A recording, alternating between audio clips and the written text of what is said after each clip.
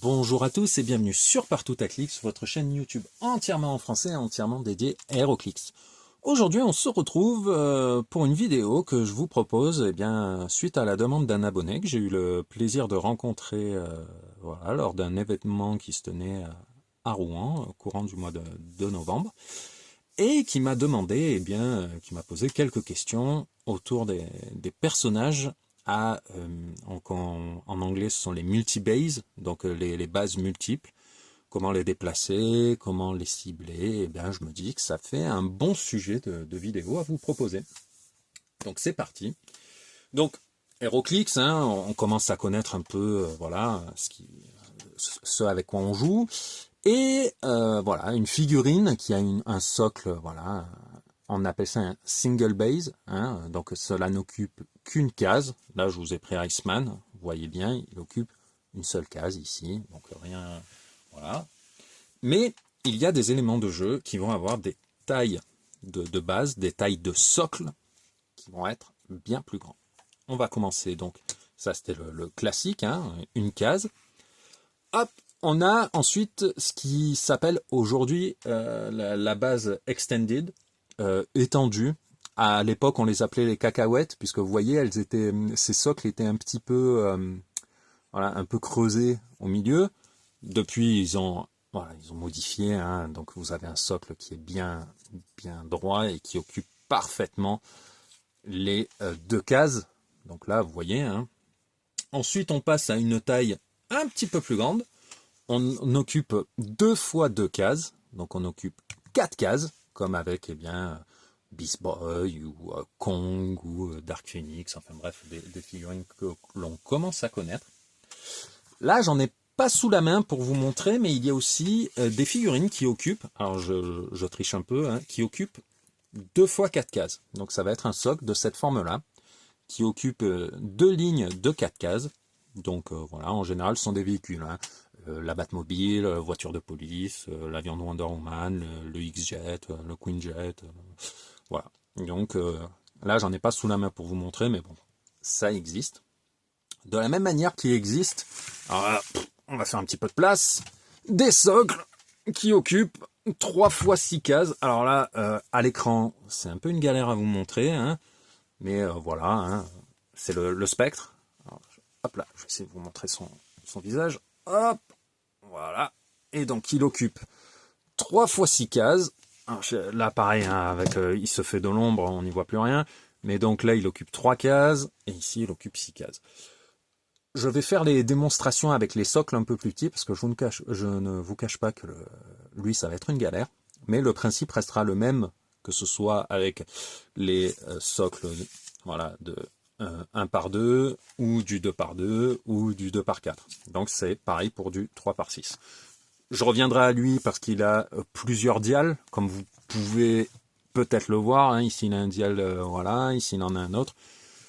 Ça fait partie de certaines caractéristiques des figurines avec multi-socle, mais ça fait très longtemps qu'on n'en a pas vu, donc je vais pas trop vous prendre la tête avec ça. Je vais surtout vous parler de ceci, surtout avec l'extension Wheels of Vengeance qui a remis en avant les socles cacahuètes. Master of Time qui vous propose des colossaux. Donc je me dis que être dans de bonnes conditions pour les jouer convenablement, ça peut être pas mal. Alors, première chose à savoir sur ces éléments, c'est que, alors, en toute logique, ils occupent toutes les cases que leur base occupe. Ça veut dire quoi? Ça veut dire que là, Beast Boy occupe bien une case de terrain gênant, 3 cases de terrain dégagé. Là, on a bien un Moon Knight qui occupe 2 cases de terrain gênant. Là, on a un Hawkeye qui occupe une case de terrain aquatique, une case de terrain dégagé. Donc c'est ce qu'il y a dessous, ça reste ce que c'est, même si les figurines ont des socles un peu particuliers. Deuxième élément qu'il faut avoir en tête, c'est que ces personnages ne peuvent pas subir de knockback. Ils ne peuvent pas subir de recul. Même si c'est un gros dinosaure qui vient taper un gars avec quelques petits troubles mentaux qui fait du cheval sur un champ de bataille, qu'il va faire un double, qu'il a le knockback, la key phrase knockback, le fait qu'il s'agisse d'un personnage avec un socle, un multi-base, il n'y a pas de recul. Donc que le personnage puisse utiliser Quake ou Force Blast, il n'y a pas de recul, ils ne subissent pas de recul. Donc voilà, c'est quelque chose à savoir. Petite précision, cela concerne pas le 2x2, puisqu'ils occupent un carré. Donc l'orientation, vous pouvez le tourner comme vous voulez, sera toujours 2 cases par 2 cases. En revanche, pour les figurines, donc pour le spectre là-bas qui fait 3x6, pour les gros socles qui occupent 2x4, ou pour les petits copains qui font 1x2, l'orientation c'est soit horizontale, soit verticale. Donc sur l'exemple ici, ce serait dans ce sens ou dans ce sens. En revanche, il n'y a pas de diagonale. Vous ne pouvez pas placer vos bases étendues en diagonale. C'est pour ça que lui, ça ne le concerne pas. Hein. Mais pour les cacahuètes, là, c'est pareil pour les 2x4 et pareil pour les 3x6 là-bas. Je pense que là, on est assez clair. Hein. Il n'y a pas de choses bien compliquées à prendre en main.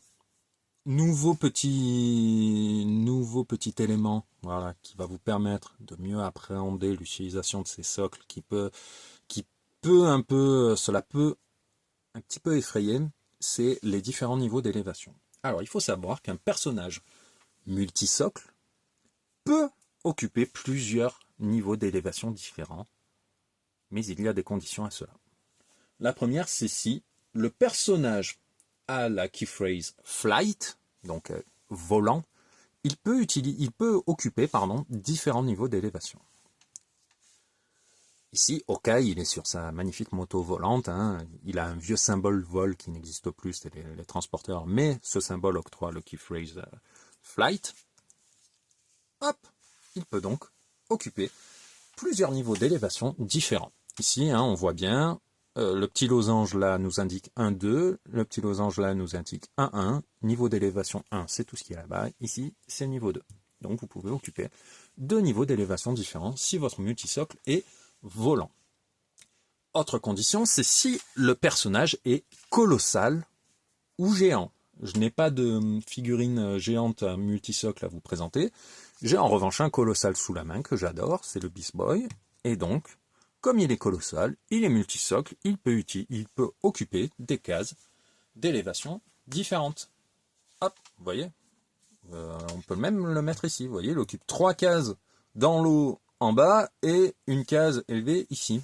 Donc, cela ne change pas la nature des cases occupées. Hein. Ça, c'est toujours la même chose. Ça ne change pas le niveau d'élévation. Ça ne change pas... voilà. Donc, c'était quelque chose que j'avais envie de vous expliquer. Et par exemple, eh bien, Moon Knight qui est ici, qui, contrairement à Beast Boy, alors j'essaie de vous les présenter. Vous voyez ici, le symbole de dégâts, c'est un point géant qui écrase la table. C'est colossal. Ici, c'est le symbole de dégâts standard. Moon Knight n'est pas volant, il a le symbole piéton. Donc, ça, il peut pas. Il ne peut pas occuper 2 cases d'élévation différentes. Il doit être forcément en haut ou en bas, parce qu'on ne met pas les chevaux comme ça en équilibre au bord d'un immeuble. C'est dangereux. Petite blague. Bon, je pense que là, on a pas mal des éléments, pas mal des bases qui vont nous servir à comprendre comment, voilà, on va passer à la façon dont on va déplacer ces personnages. Donc, c'est ce qui peut, en général, poser souci. Donc, on va prendre le temps de le faire comme il faut. Hop. Ici, je vous présente Iceman. 6 de mouvement, vous le voyez en haut, hein, le 6. Il n'occupe qu'une case. Il fait 6 cases de mouvement. 1, 2, 3, 4, 5, 6. Rien de bien compliqué. Ici, nous avons Moon Knight. Moon Knight fait 8 de mouvement. D'accord? On part d'ici. Et donc, pour déplacer un personnage qui a un socle étendu, un socle multiple, vous n'allez prendre en compte qu'une seule case de son socle. Donc, on va partir de la case qui est devant. Donc, hop, c'est mon petit repère. Et vous allez compter comme si la figurine ne faisait qu'une seule case. De la même façon que vous avez fait votre 1, 2, 3, 4, 5, 6 avec Iceman. Avec lui, on va faire 1, 2, 3, 4, 5, 6, 7, 8. D'accord? Et voilà. Et vous arrivez ici. Hop. Case numéro 1. Case numéro 1. D'accord? On va refaire ça et je vais vous expliquer quelle petite subtilité va venir un peu, on va pas dire complexifier, mais voilà. Donc là, j'ai décalé d'une case de façon à ce que ça rentre tout dans l'écran, mais je vais décaler mon repère pour que vous voyez bien. Donc, case numéro 1, ici, c'est ma case de départ, c'est mon point de repère. Hein. Je considère que ma figurine ne fait plus qu'une case. Ici, je vais mettre un deuxième repère pour dire que c'est ma case numéro 2, hein, le reste de mon socle. Et on va faire la même chose. Donc, 1, 2, 3, 4, 5, 6, 7, 8. On arrive ici. Je remets mon petit repère, hein, la case numéro 1 était là, je mets là. Lorsque vous déplacez un multisocle, les autres cases, celles qui ne vous ont pas servi de repère, donc celles qui n'étaient pas sur le petit 1, celle-ci, celle qui était sur le 2 et qui se retrouve ici. Ces cases-là ne peuvent pas parcourir plus de cases que ce que votre valeur de mouvement ne vous permet de faire. C'est-à-dire, ici, nous avons une figurine qui parcourt 8 cases. On a bien pris la case de départ en référence, qui était là, la case d'arrivée, et si on compte, le personnage fait bien 1, 2, 3, 4, 5, 6, 7, 8 cases, tout va bien. Il faut que les autres cases, celles que vous n'avez pas pris en considération lors de votre mouvement, lors de votre voilà, lorsque vous avez déplacé votre personnage et que hop, vous avez voilà, fait votre mouvement, eh bien, il ne peut pas faire plus de cases. Cela veut dire que de là à là, je dois avoir à nouveau 8 cases. 1, 2, 3, 4, 5, 6, 7, 8. Ça va, on est bien, on respecte bien les règles. Ce que je veux vous expliquer, c'est que si je pars de là, et que je dis, bon ben je vais faire 7 cases, 1, 2, 3, 8 cases, pardon, 1, 2, 3, 4, 5, 6, 7, 8. C'est bon, je suis arrivé là, hop, j'ai fait mes 8 cases, mais tout va bien, je suis à cheval, je peux partir en drift, et me mettre comme ça. Si je mets mon repère ici, et que je compte le nombre de cases parcourues par les cases qui ne m'ont pas servi de référence entre le point de départ et le point d'arrivée, là, on va bien voir qu'on a fait 1, 2, 3, 4, 5, 6, 7, 8, 9, 10 cases. D'accord? Donc ça, c'est ça qui va, je ne vais pas dire vous mettre dans la sauce, mais qui peut être un petit peu compliqué à prendre en main. De la même manière, si vous partez de là et que vous faites 1, 2, 3, 4, 5, 6, 7, 8, et que vous mettez votre figurine comme ça, est-ce que c'est bon?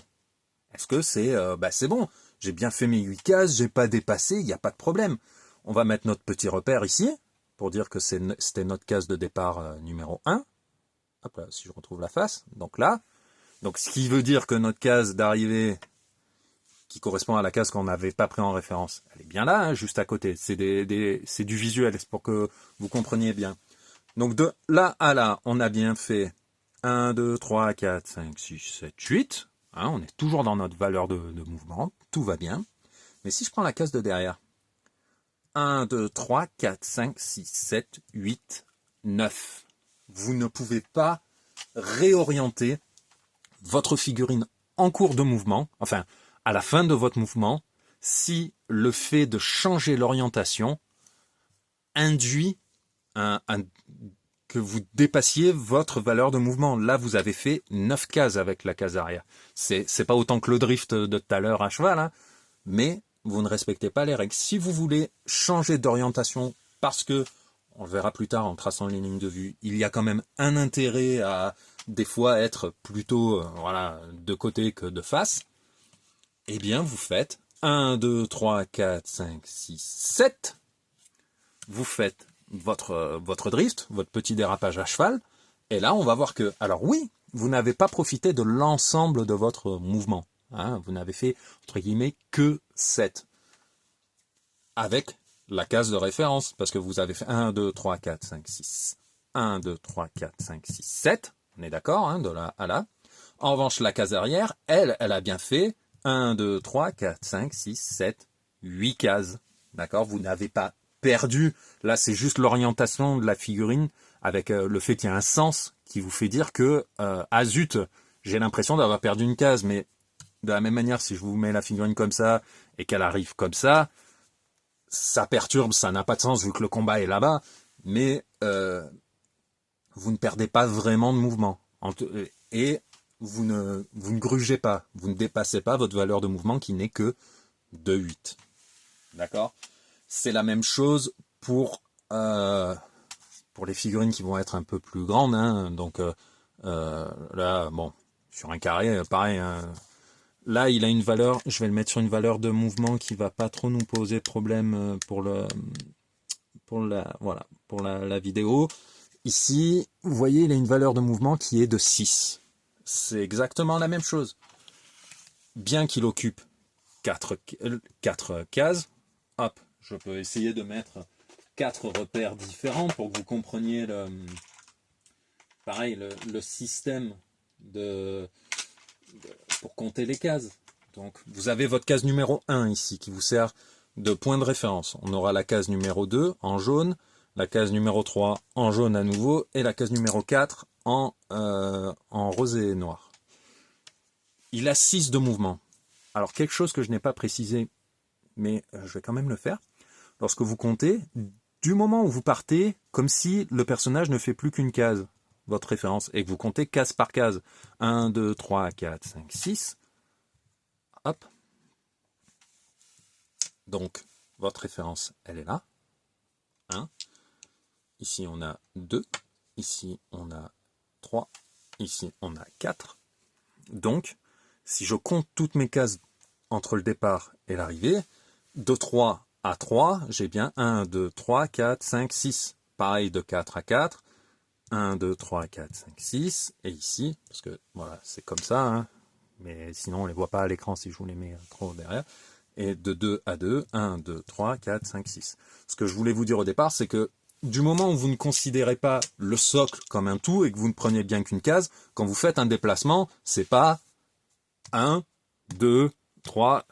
Là, vous avez, si vous faites 2 cases à chaque fois que vous faites un mouvement, ça va très vite. Avec un mouvement de 10, vous avez traversé la map. Donc voilà, ça c'était quelque chose que je voulais vous préciser. C'est peut-être un peu plus lisible si je vous dis, voilà, je vais prendre les petites motos, ce ne sont pas des personnages, mais voilà. Là, si avec ma moto, je dis que je prends l'ensemble du socle et que je fais 1, 2, vous sentez bien la différence qu'il y a avec 1, 2. Vous voyez ? Comme on ne prend qu'une case en référence, évidemment, vous ne bougez que d'une case par une case. Sinon, voilà, ça n'a pas de sens. D'accord ? Si je vous fais ça, si je vous dis que de là, je fais 1, 2, ma case de référence n'a pas bougé. Mais si je fais 1, 2, vous voyez bien que là, j'ai bougé de 1, 2, 3, 4 cases. D'accord ? Donc ça, c'est ce que je voulais vous expliquer. Ce que induit le fait de ne prendre qu'une case en référence pour vos déplacements. Donc, je l'ai fait avec le double socle, je l'ai fait avec le socle quadruple. Je ne vais pas vous le montrer avec ça, mais c'est le même principe. C'est-à-dire que vous comptiez de là en partant d'ici ou en partant d'ici, il faut que l'ensemble de vos cases ne fasse pas plus de mouvements, ne parcourt pas plus de cases que ce que votre valeur de mouvement vous permet de faire. Petite chose qui peut paraître voilà, pareil, c'est évident, mais il faut quand même le préciser. Quand vous prenez une figurine comme ça, les cases qui lui sont adjacentes sont celles qui sont autour. Hein, ce sont les 8 cases qui sont autour. Sa zone de contrôle, on va dire. Eh bien, quand vous prenez un double socle, forcément, vous augmentez le nombre de cases adjacentes. Hein, là, on en a 10. On est passé du 8 à 10. Là, avec une figurine comme ça, on passe à 16. Avec le 2 par 4, on passe à un très grand rectangle. Et le 3 par 6, je vous en parle pas. Ça fait vraiment beaucoup, beaucoup, beaucoup de cases. Donc, maintenant, ce que l'on va voir, c'est, on a vu comment les déplacer. On a vu comment les placer. Hein. À la fin de votre mouvement, il faut que vous soyez autorisé à placer la figurine comme il faut. Hein, bien évidemment, vous ne pouvez pas, je vais tirer un petit peu la map, et vous ne pouvez pas placer, dire, ah ben avec Beast Boy je compte jusque là, et je me place ici. Ici on a un mur, ici on a un truc. Si vous le mettez là, vous n'avez pas le droit. Il faut que le placement à la fin du mouvement soit légal, bien évidemment. Ce que l'on va voir maintenant, c'est cibler un personnage multisocle. Quand vous ciblez un multisocle, vous choisissez quelle case vous allez cibler. Et cela peut avoir son importance. Pourquoi? Si je mets Moon Knight ici, que je mets Iceman ici, quand Iceman, peut-être ici, ouais, quoique ici, c'est très bien. Là. Quand Iceman va cibler Moon Knight, selon la case qui va être ciblée, va y avoir une incidence sur la valeur de défense de Moon Knight. Pourquoi? Si je cible cette case avec Iceman, vous passez par du terrain gênant. Donc, la ligne de vue est gênée. Donc, il y a un bonus de terrain gênant pour Moon Knight. Si vous tracez tout droit là, il n'y a pas de terrain gênant. Donc, il n'y a pas de bonus de terrain gênant. Vous voyez la différence? Là, je vous l'ai fait comme ça pour que vous visualisiez bien et que vous compreniez bien que vous ciblez une case de la figurine multisocle. D'accord? Et qu'en traçant votre ligne de vue, il peut y avoir des incidences. Si la figurine est là, il se passe quoi? C'est exactement la même chose. Pourquoi?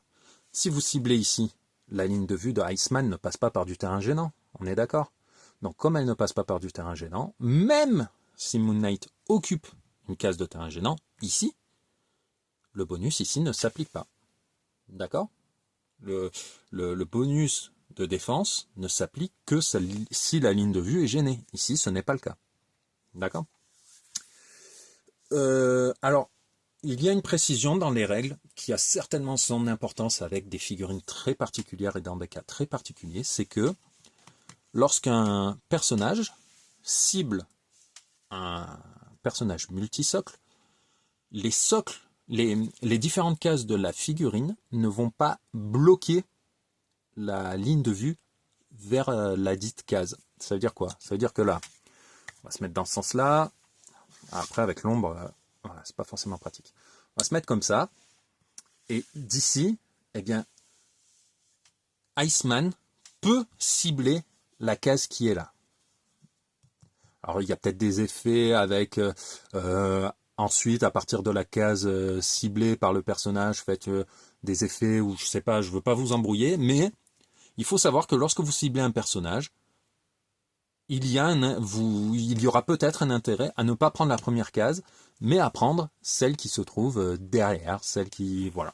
C'est possible. La ligne de vue n'est pas bloquée par vers la ligne de vue vers l'une des cases du socle n'est pas bloquée par les autres cases du socle. C'est ça que je veux vous dire. En revanche, ça c'est quand le personnage est la cible. En revanche, bien évidemment, si je mets Iceman ici et que je mets, on va mettre, hop là, deux figurines derrière.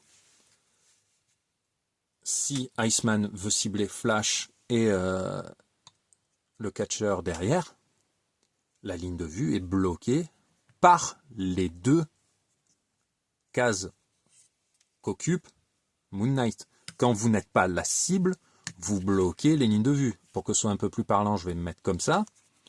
Tac, tac.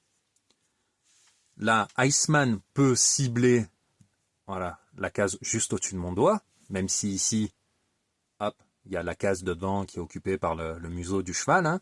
Il peut lui tirer dans les pattes arrière. En revanche, la ligne de vue du fait qu'il y a un mur ici et qu'il y a Moon Knight devant, il ne peut pas voir flash. Et de la même façon ici, hein, en diagonale, on va dire, la case avant bloque vers le catcher, la case arrière bloque vers flash. Quand vous n'êtes pas la cible, toutes les cases occupées bloquent les lignes de vue. C'est normal. D'accord? Donc ça, c'est quand vous êtes, enfin quand le double socle ou le quadruple socle est pris pour cible.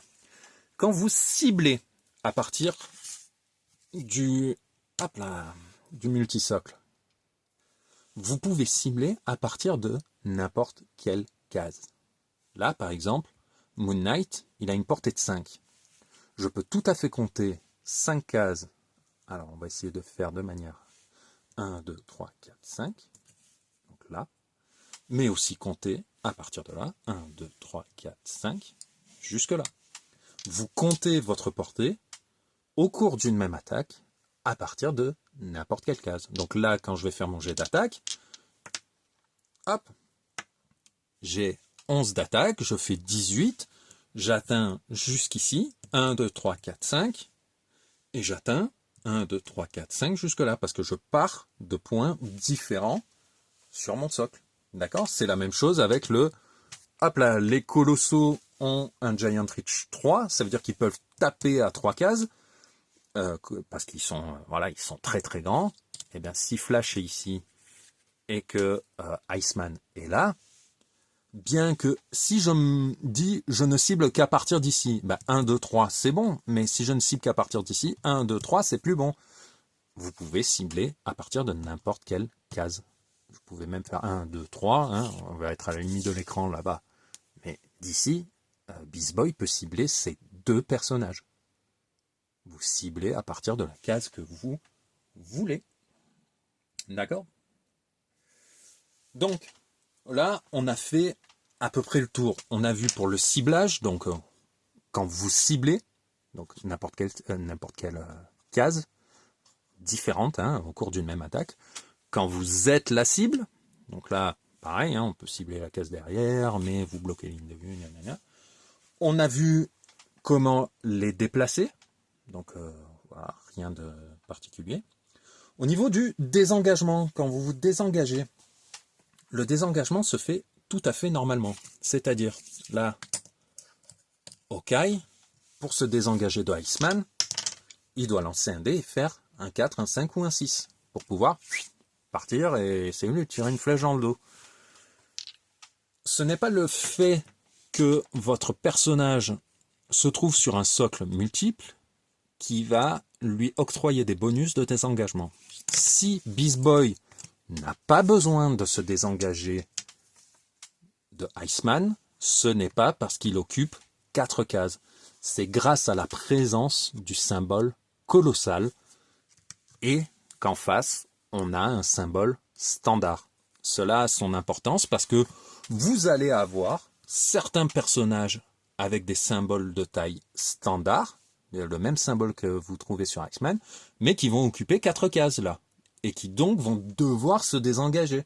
Alors qu'ici, le fait que Beast Boy occupe 4 cases, eh bien ça n'a rien à voir avec le fait qu'il ne se désengage pas, c'est parce qu'il est colossal et que le personnage en face a plus de taille, plus d'une taille de différence de lui, il y a 2 tailles de différence, donc on ne se désengage pas.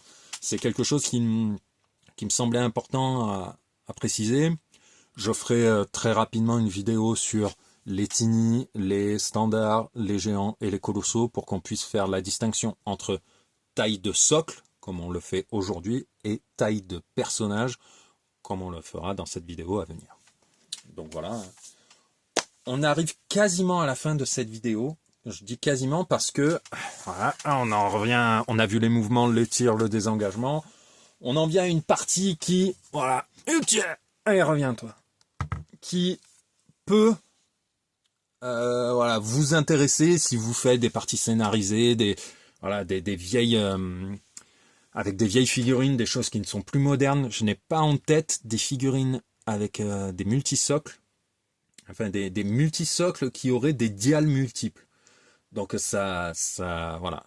En moderne, pas souvenir qu'il y en ait. Mais bon, comme certains aiment s'amuser avec des vieilles figues, je me dis, je vais passer rapidement dessus. Donc voilà, ce qu'il faut savoir, c'est que les figurines avec des dials multiples, comme vous voyez ici, il y en a un là, il y en a hop là, un là, et il y en a un derrière, et il y en a même un spécifique pour des scénarios donnés. C'est une sous-catégorie des socles, des multisocles. Et en général, ils peuvent avoir plusieurs dials, plusieurs caractéristiques de combat, telles que je vous les ai présentées. Ici, il y a le rouge, le jaune, le bleu derrière, avec des valeurs en points qui vont y être associées. Donc,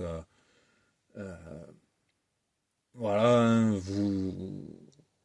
quand vous les jouez, en fait, vous allez passer successivement d'un dial à l'autre, c'est-à-dire qu'une fois que ce dial-là, alors en plus la figurine est très vieille, mais une fois que ce dial-là affiche le KO, si vous jouez en nombre de points suffisant pour passer sur le dial suivant, eh bien au lieu d'être KO, la figurine va commencer la partie, enfin va continuer la partie, pardon, sur le dial suivant et ainsi de suite. Donc ce qu'il faut savoir, c'est que les dégâts ne passent pas d'un dial à l'autre, c'est-à-dire si vous êtes sur le dernier clic ici et que le gars en face il vous en met 8, les 8 ne sont pas transférés sur le dial suivant, vous êtes KO, bon bah pas de bol, vous passez sur le dial suivant et vous continuez le combat. Voilà, c'est la valeur en points, eh bien c'est votre valeur que voilà, des dials ajoutés, donc vous avez des figurines très spécifiques, avec chacune des règles très spécifiques, avec des rédactions qui ne vont plus être comment dire, actuelles. Elles sont toutes dépassées. Vous allez avoir des éléments de jeu qui n'existent même plus, qui ne sont même plus dans le livre de règles. Donc là, c'est pas que c'est du maison, mais si vous allez à un tournoi et que vous jouez ce genre de figurines, ce sera à l'appréciation du juge sur place, de vos copains ou quoi. Il faudra vous mettre d'accord, quoi, parce que il n'y a plus rien d'officiel pour ces figurines qui ne sont plus jouées. Donc voilà. Hop! Voilà, on arrive donc à la fin de cette vidéo. J'espère avoir été assez clair. On arrive à 30 minutes de vidéo, ça peut être un peu casse-pied, un petit peu long, mais bon, j'avais pas envie de découper entre les socles doubles, les quadruples, les 8 et les 18, vu que les règles s'appliquent pour toutes ces tailles de socles de la même manière. Si jamais il y a quelque chose qui ne vous paraît pas clair, que vous souhaitez voir approfondi, vous n'hésitez pas, vous me laissez un message dans le commentaire et je vous apporterai des réponses aussi rapidement que possible. Je vous remercie d'avoir regardé cette vidéo et je vous dis à bientôt.